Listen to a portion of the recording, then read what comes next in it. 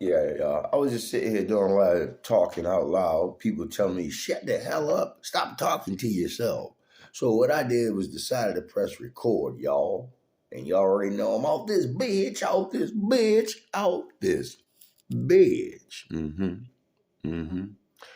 But yeah, the topic is going to be alone. I'm going to start doing some of these little series like this. Like I told you, I ain't cutting my hair. I'm looking ugly as shit on purpose because that's part of what I was talking about. Alone. I was just saying out loud, couldn't help it. Sometimes I do that. But I was just saying out loud um, how important it is to not curse yourself with these spells while using certain words without realizing it. Certain words, certain negative words of, that you bring into this physical realm, they're spells in essence. They're curses, and you can put curses and spells on yourself. Hence the word spelling. So spell, and then and spell. Before there was anything physical, there were words, there were curses, there were enchantments, there were spells. At the beginning, in this physical realm, uh, it created man, angel, and jinn. Um, through manifestation, of course. Now, when you talk about us on a spiritual level, that's something totally different. Hence, which is the reason why I always talk the difference between the two: physical, spiritual, and how we're in the middle, being interdimensional beings, and at any time being able to be taken in possession of. Um, but yeah, the word is alone, and it's a very important word, important enough for me to actually start a series. And I've been thinking about it, choosing one word or a phrase and then speaking on it. Um, and I just said a lot of things that I really, truly don't remember, but I'm just going to try to talk about it again. The first thing is that I was saying is if I was on the planet by myself, and how you really have to think about the term alone, you have to be very careful while asking for it. But if I was on the planet by myself, then let's say it was just two people on the planet, me and one other person. And let's say the person that was with me was very using. They required a lot. They needed a lot, and it's just two people on the planet, me and this person. But this person's just used me. And if I come across a loaf of bread, they end up eating like literally 75%. I end up getting 25%, but I end up going out working for it all the time. It's like, let's say the person's using you. And so how careful you have to be with asking for a loan, because even if that person is using you, your choice is, let's say that person die off, or let's say the person stays around and keep using you. And let's say you had the power to choose between the two. You have to be very careful when you ask for the word alone, because let's say if that person is gone or that person passed, yeah, you'll be much more fruitful because they're getting 75% of your portions or whatever. But at the same time, we're not programmed, not either physically or spiritually, we're not programmed or created to be alone. So when you ask for a loan, you have to be careful. I would rather be here on that planet, on this planet with that one last person, um, even though they keep begging and using me and all, because I would rather have that person around than to not have that person, because I know how important communication is in a crisis. I know how important, numbers is in a crisis, especially with even just one extra number and both of y'all having the same endeavor or same goal. So I'm even in a crisis situation. I know how important it is to not choose alone, just for the extra set of eyes and, just for sleep time and guard time. I can sleep peaceful. This person's guard time is now, and now it's my guard time, and they can sleep peaceful just for that reason alone. Just for them being able to scrap up some extra scraps. We're the last two people on the planet. When I can maybe work on something else like building a camp or building a fire, I really truly need that person, even if that person's taking more than 75% or around 75% of our total rationale. So yeah, even in a crisis, I understand how important it is to not want to be selfish or alone. It's like those two words is like one of the biggest curses you can ever bring in yourself. Being given I know it sounds wild, but there's a lot of forces that we can't see, taste, touch, or feel, and they're right around us. Hence, our phone is not connected to anything, and we can do things like talk to people on the other side of the planet and all. Even face wise. So that's an example of how there's a lot of things that are around us that we simply can't see, taste, touch, or feel, and we just simply don't understand unless we're gifted or tapping into that. And definitely alone is not what you want. My mom, unfortunately, I love the hell out of my mom who raised me, of course. But it's almost like I could see the future. Back then, and she would, you get emotional. She yell and say things like, I just want to be alone. And I'm thinking, Mom, I swear, Mom, you're up in age. That's not what you want. I mean, typically when people get up in age, they usually figure out life. They're able to look back and say, hey, well, one thing I don't want to be is alone, especially when your knuckles and shit starting to swell, when you start to get really old, you start to lose, movement, and, you start to lose, abilities and things like that, and starting to lose mental capacities and stuff like that, and losing your memory, and you're still saying you want to be alone. You have to be very, very careful what you ask for. You also have to be careful, wary of what's asking you to ask for that, because we are interdimensional beings, and we are created physically and tampered with multiple times physically, but we're also created spiritually. And neither the spiritual side or the physical side, neither created us as beings, or whatever you want to call us, um, to be alone. Neither side, you know.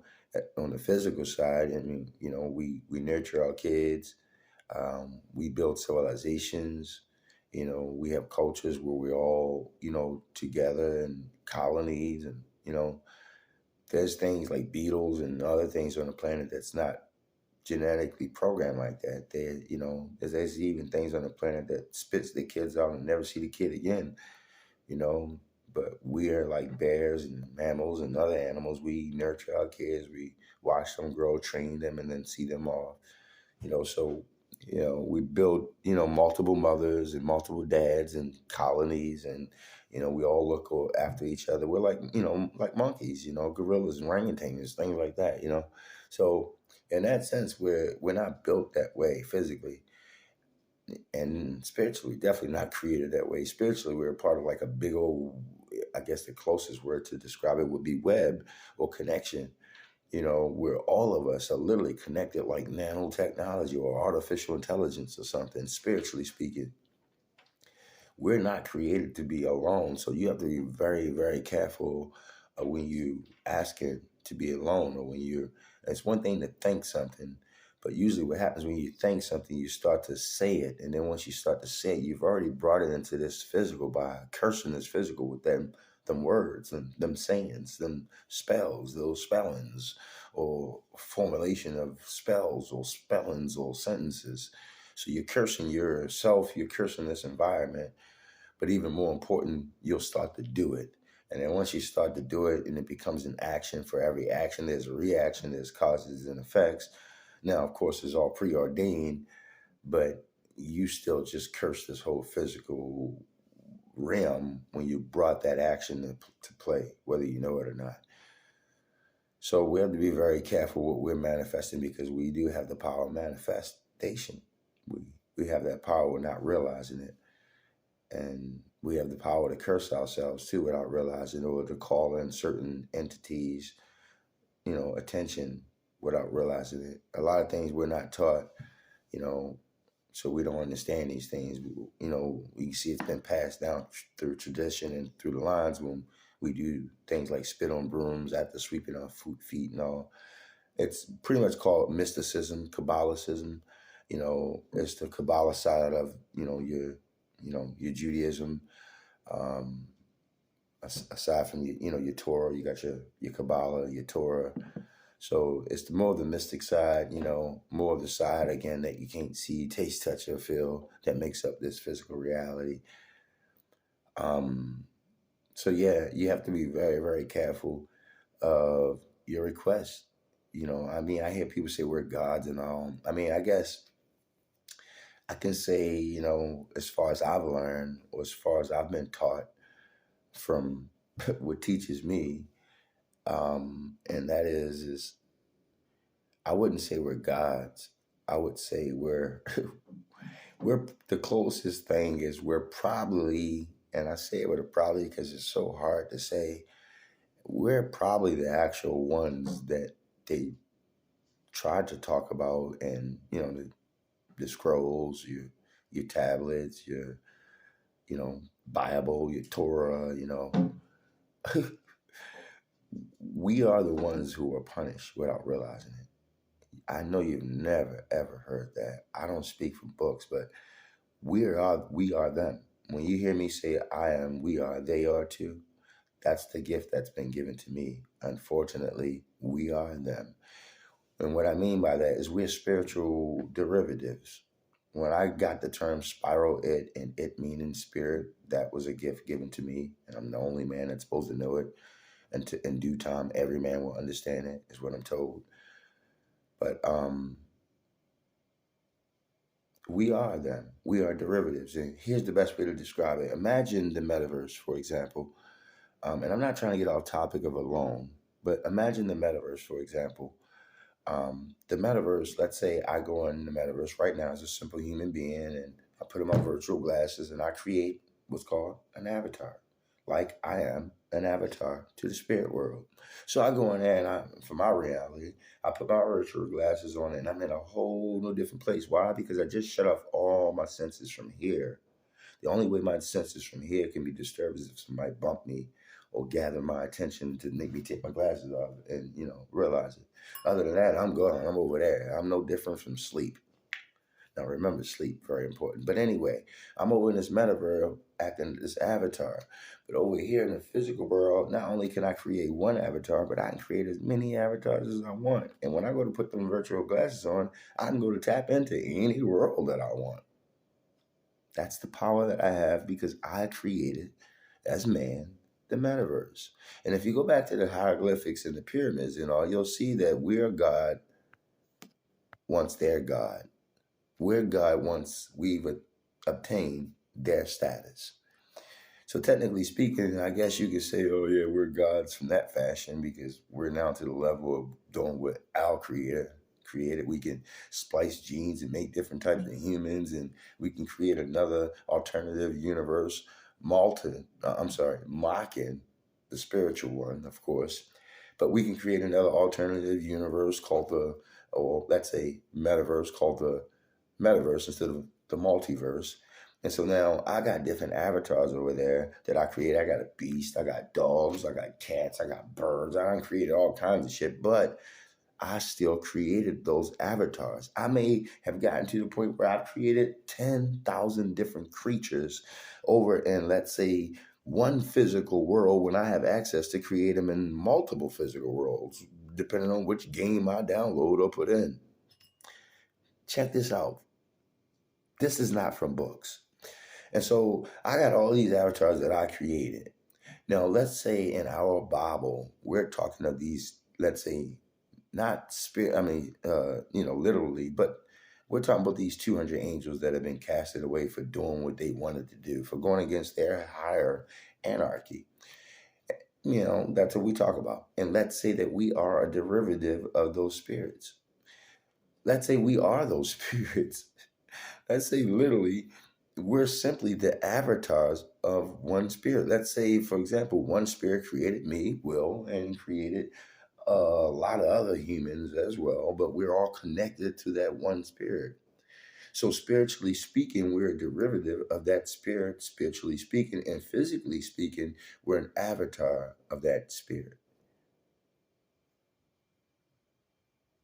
So in other words, one spirit could be a creator of multiple derivatives of its spirit and the physical avatar that attaches to that as well, or whatever you want to call it, soul, which connects your spirit to the physical, But that being spirit being like me. It created lots of me's. Me, I now gotten to the point where I can create lots of me's over there in the metaverse. I mean, the metaverse is exactly a copy of this whole multiverse. That's what its aim is. The metaverse is an exact copy of this multiverse. That's why you always hear me say metaverse versus multiverse, and both are just mockeries of the great creator of all, which his closest description would be it, like literally it. From our frequency of reality, it is about the closest thing that it can describe. I hear infinite intelligence and things like that, but that's just say source. It, spiral it, infinite creation ability, infinite programmability. It, the creator of all, the source that started creation, you know. But the point that I'm making is we're derivatives of what we're trying to talk about when we speak of in the Bible and things like that. Now, when we talk about physical gods, as going back to Genesis, they came down, found us to be fair and beautiful, and took us as their own, and made men of renown and all. That's hybrids and infiltrating, and all that. Yeah, that's from a physical standpoint, physical perspective. And yeah, but whether it be physical or spiritual speaking, because physically speaking, those are just aliens that I believe came down and found us to be fair and beautiful. And I believe there was multiple aliens that have done that. But I also believe that whether it be spiritual or physical, we're not created to be alone, period. We're just not created to be alone. And, like I said, my mom, it really crushed me. And it's almost like a thunderstorm when it crushes, or like a lightning when it crushes, or a stamp in a timeline that I can foresee or whatever. I know it sounds a little weird, and I don't want you to think I'm crazy, because I'm not. I may act crazy because I try to be a little funny. But yeah, it's like almost like a dream, or like deja vu, or a timeline that I can foresee. And when I even at that present, when let's say the spell is created by that person, not knowingly, let's say they're yelling out with lots of rage, not realizing their power and their energy, and they say, "Oh, I just want to be alone." And when they say that, like, you can really, it may not a thunderstorm outside, but to you, from your vantage point, or your level of who you are, it felt like a thunderstorm in a timeline that you could feel that will forever spell or curse that person. And so you try to save them, because it's almost like you can see in the future, and you can see the damage that they just invited into this physical when it comes to them. So you say to them, you say, no, you try to save them. You say, hey, you can't say things like that. Oh my goodness, you don't realize what you just did. And you did it with such ferocity and power. You don't realize who you are. I'm not saying you're a god, but you have a lot of energy, a lot of power, and you just done a lot with the way you said it. You probably could have said it more mild and not did as much damage, but you said it in such high emotion that you literally just casted a spell on yourself without realizing it. And let me break it down to you and show you how important it is that it's not that you stop thinking that way. First off, spiritual, we're not created that way. Physically, we're not created that way. Nothing about either side of us says that you should want that.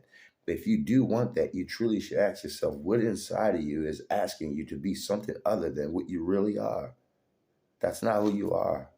That's not what you're created. It's not in your genetics. It's not you spiritually. So why are you saying such a curse now? Is it because you're taken in possession of by something that's pulling you opposite from what you really are? You're cursing yourself. So please stop saying it. If you're over 40, 50, 60 years old, you already got to know. You got to stop saying it. I don't give a hell if your kids piss you off and make you want to jump off of a bridge, jump in front of a truck. Don't say it. You're cursing yourself. You're killing yourself. Because in those final days when you can't move, if you're lucky enough to make it to that stage, you're going to wish you was not alone. Trust me, I left here right after college. I've been in Texas. I've been in Canada. Been in Florida, lived there for 6 years, then again for 5 years. Virginia, I done lived everywhere before the age of 35 years old. It's like slam left Baltimore right after college. So long as I've been back to Baltimore, you know. And when you're not around people you went to high school with, you're not around family, you're alone. You're gonna have some alone. I didn't leave these places because I was in the military or something. I left these places because I just picked up and left. I didn't even know where the hell I was going when I picked up and left. I just picked up and left. And my accent different from the people I was around. I was around some real gully people, which gives me a gully side to me too. A dirty, dirty down south side to me too. Respect my poor, respect my poverty and strictly, respect my, race issues that we deal with, respect all these things, even though I try not to speak or preach separation. I don't really speak racism, things like that. I don't speak that. I don't speak separation. I try not to speak difference in color and difference in fat, skinny, gay, and all that. I'm trying to speak stuff like that. I try not to preach separation, is what I call it. I don't speak separation. But you got to be careful with a loan. You take it from me, before the age of 35, I even lived outside the country. I lived in Canada. Like, I done lived in all these places, and yeah, I have some lovely stories, lovely memories. Jesus Christ, I have.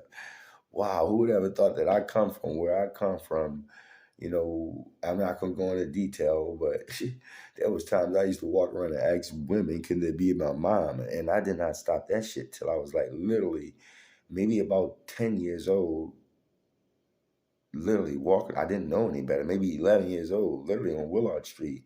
So to think about my background and who I was and how far I've come, to go off to school, get that experience, get the experience of being an athlete and being off in college and all, getting the experience of working for so many Fortune 50 companies, AT&T, Sprint, MCI, you name it, some of the top Fortune 50 companies, and being very well trained, being in an atmosphere that I otherwise wouldn't have gotten from my background. I mean, I'm straight raised on food stamps. I ain't ashamed to say it. So yeah, I understand the importance of not being alone, man. You have to be very, very careful of inviting that word into your physical reality, especially someone who's, maybe ill or sick or old. You don't want to say stuff like that because you truly will get it. And what will happen is, first, it'll be in a way that you'll want it. It'll be your friends dropping off. Ping, ping, ping, ping. You're already old. We all die as we get older. You don't want to say nothing like that because now your friends drop it off. Ping, ping, ping, ping, ping. Literally, like 3, 4 friends within 6 months just dropped off. And you sitting there like, damn. He kept telling me, stop saying, man, I felt the thunderstorm when you said the way you said alone.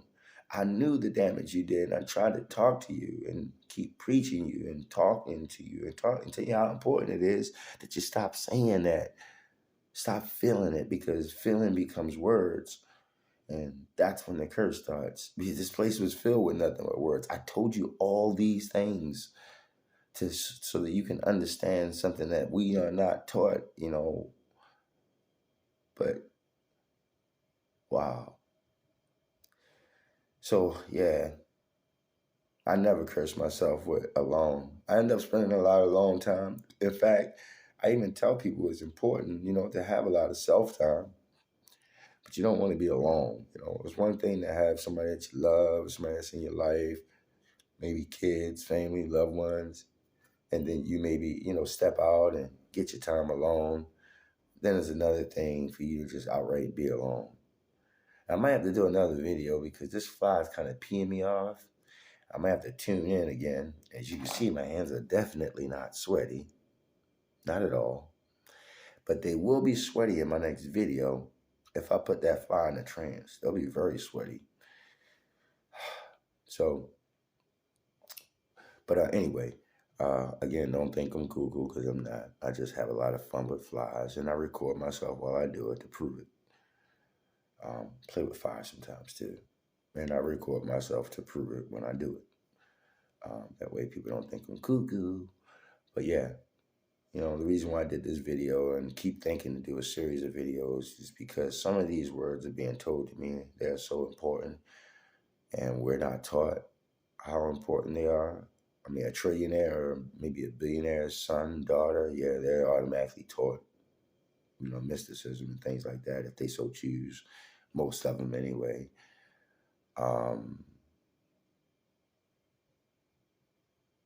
But we're not taught these things. I'm not taught these things. I just wait for them to come as gifts. I don't do things like meditate. I don't do things like, practice. I believe that everything should be gifted.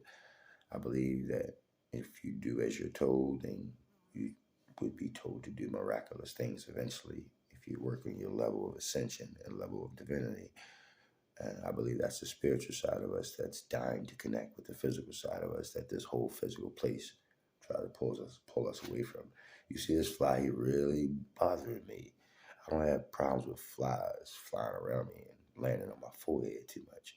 But I can see he's a young one. He wants to have a little fun.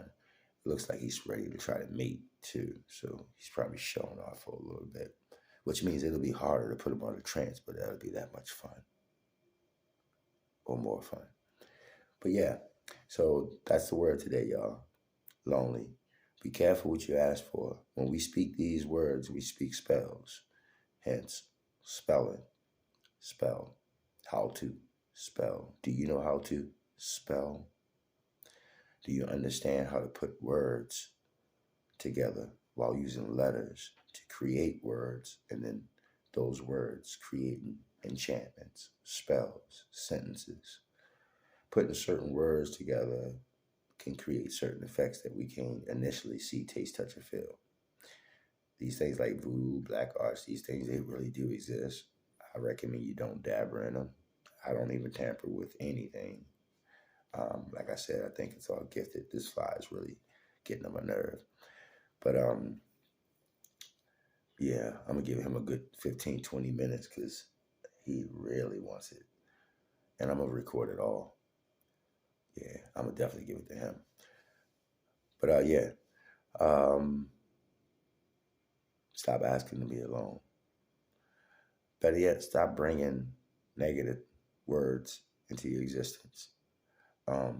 The whole objective is to repent. The whole objective is to apologize. And it's not what they're teaching us in religion. Trust me. You'd be amazed at what religion is. All religion. It's amazing. But not from books. A simple word is apology.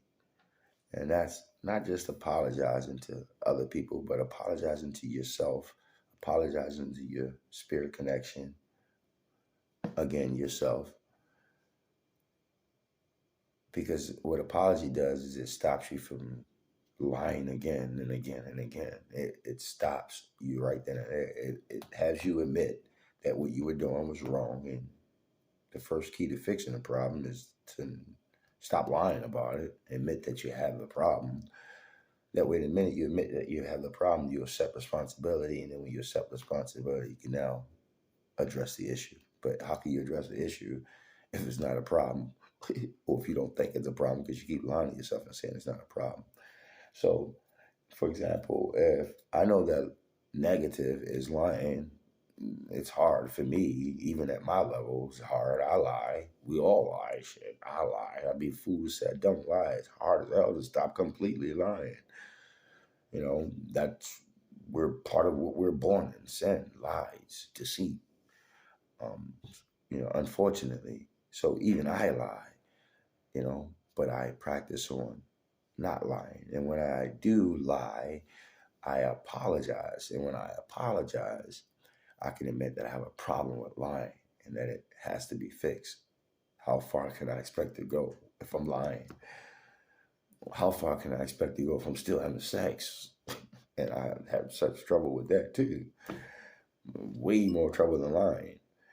So, admitting these things, apologizing for these things, having the intent or the inspiration to beat these things eventually, even if you can't beat them down, is what we're here for.